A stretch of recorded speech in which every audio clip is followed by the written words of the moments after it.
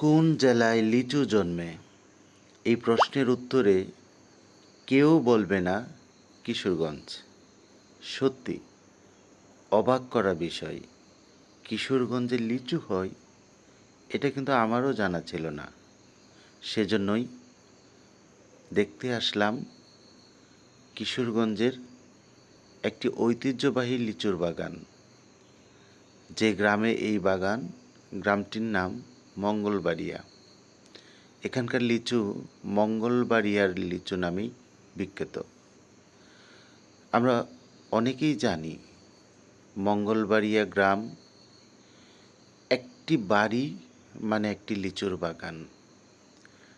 রাস্তার দুপাশে সারি সারি লিচু গাছ দেখতে পাচ্ছেন। লিচুর মুকুল এসেছে গাছের কুড়ি পাতার মতো। এই মুকুলগুলো আঁটি হয়।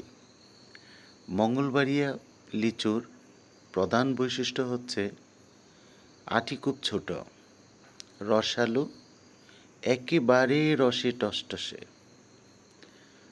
খুবই সুমিষ্ট, মধুর মতো। আমরা একটা বাগানে এসেছি,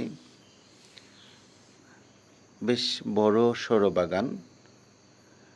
দেখানোর চেষ্টা করছি লিচুর মুকুল।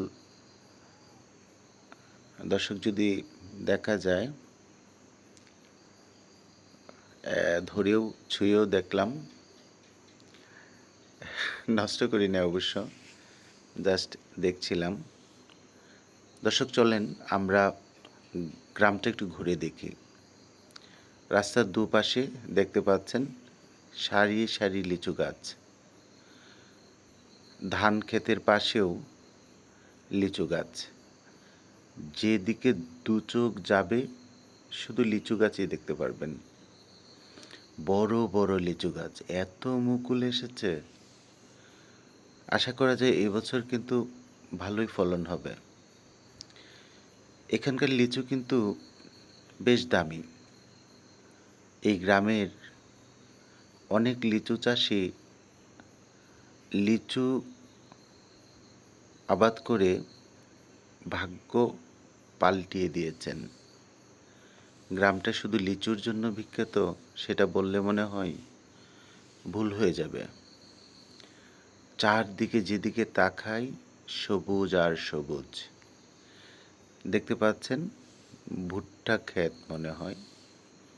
খুব চমৎকার ছবির মতো একটি গ্রাম। একেবারে রূপসী বাংলা। রূপসী বাংলা এই গ্রামকে দেখলেই বোঝা যায় আমাদের এই দেশটা কত সুন্দর। অদ্ভুত সুন্দর আমাদের এই দেশ।